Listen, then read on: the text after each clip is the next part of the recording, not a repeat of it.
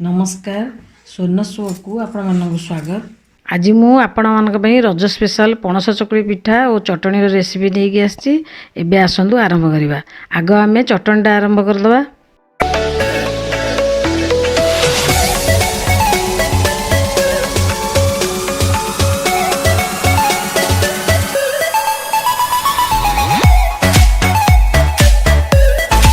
चटनी पाई पुदीना नहीं गोटे कप, धनिया नहीं गोटे कप, भृषंग पत्र नहीं हाफ कप, अदा गोटे इंच, 4टा कंचा लंका, कंचा आंब फाड़े नहीं, गुड़ हाफ कप, लुण अध चामच, एतक सब मिसेकी आम चिकन करके बाटीदे। बाटिकी चटनी प्रस्तुत करदे।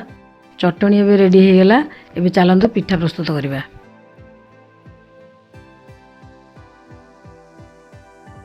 गोटे गिना चाउल नहीं, चाउल ये मुझे 4-5 घंटा बतुरेकी धोईकी रखी। तापर ता रस जी चाउल से पणसरू रस काढ़ी। आसतु पणसरू केमती रस काढ़ा देखा। पणस को भल कि हाथ में चकड़ी दबा। भल कि हाथ में चकड़ी देले तार सीठा भाया गोटे थी से बाहरी जापर जाली आम भल कि छाणीदे। एमती भाव में आम एमती छाणी छाणी रस गुड़ा बाहर करदे। पणस चुपुड़ी रस बाहर करदेली। जो खदड़ा अंशड़ा बाहर आम फोपाड़ देवा। जी रस से चाउल नवा। गोटे गिना चाउल नहीं गोटे गिना रस नवा। चाउल को बर्तमान आम ग्राइंडिंग करदे। अल्प टे पानी देकी ग्राइंडर में भल चिकन कर बाटीदे।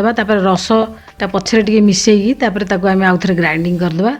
होगला चिकन हो बटाटा होगला। देखो एमती बाटो। अवशिष्ट जहाँ रस अच्छी आम तादेह मिसेदेवा। मिसेकी आणटा प्रस्तुत करवा। हाफ कप गुड़ मध्य मिसेकी बाटी। जदि चाहिए आप गुड़ न पकई पारे, जदि पणस मीठा बाहर टे पानी देदेवा। एतिकी बहलिया आम करवा।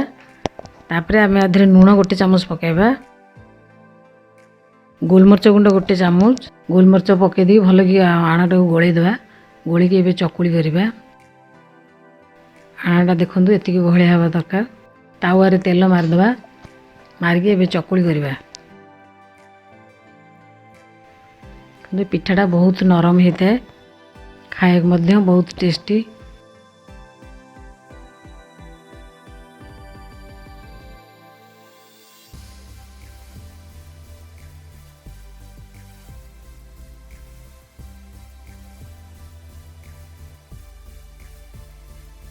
बर्तमान चकुली हो गलानी।